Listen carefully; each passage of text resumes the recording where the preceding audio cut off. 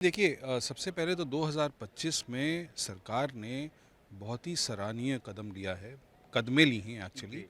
क्योंकि tax reform किया, income tax reform आई, फिर आपका रेपो रेट्स कम किया गया, फिर इतना बड़ा जीएसटी में रिडक्शन दिया गया। सो गवर्नमेंट ने अपनी तरफ से काफ़ी कुछ दिया है। अगर गवर्नमेंट को लगता है कि स्मॉल ईवीज़ जो मान लीजिए 10 लाख के नीचे वाली जो ईवीज़ हैं, उसमें अगर कोई गवर्नमेंट सपोर्ट दे सकती है अ, किसी भी माध्यम से इंसेंटिव के फॉर्म में पीएमई ड्राइव में इंक्लूड करके।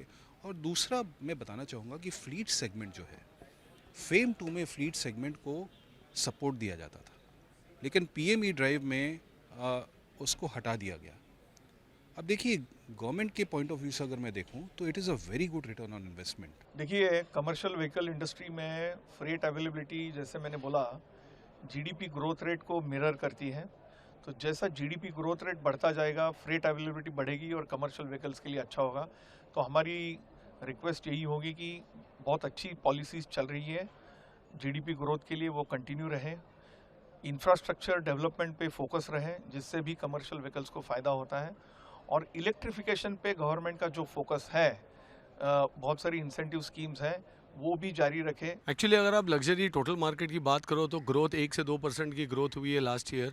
And one of the reason is जो एक्सचेंज रेट है आज ये सिग्निफिकेंटली बढ़ा हुआ है। आज 105 रुपया यूरो टू द रुपी का जो है, इससे गाड़ियों की कीमतें बढ़ी है। लास्ट ईयर हमने 5% बढ़ाया था, फिर जीएसटी की वजह से कम हुआ, अब फिर बढ़ रही है गाड़ियों की कीमत। और इससे डिमांड में एक जो फ्लो था वो उसमें रुकावट आ सकती है। तो हमारा तो यही रहेगा कि जो भी बजट है उसके अंदर जो फिजिकल डिसिप्लिन डेमोन्स्ट्रेट करे, एक्सचेंज रेट को स्टेबलाइज करने के लिए अगर कोई भी मेजर्स हो जिससे गाड़ियों की कीमत इतनी बढ़े नहीं, एक्सचेंज रेट वापस अराउंड 195 के तरफ जाए। सेकेंडली, रोड इंफ्रास्ट्रक्चर से एक डायरेक्ट कोरिलेशन है फॉर लग्जरी कार सेल। सो अगर हायर कैपेक्स एलोकेशन होगा रोड इंफ्रास्ट्रक्चर के लिए और बेहतर होगा। मैं एक रिक्वेस्ट करूँगा कि इलेक्ट्रिक व्हीकल्स के ऊपर ना हर 3-4 महीने में एक नैरेटिव आ जाता है कि अभी ईवीज़ के ऊपर टैक्स बढ़ने वाला है।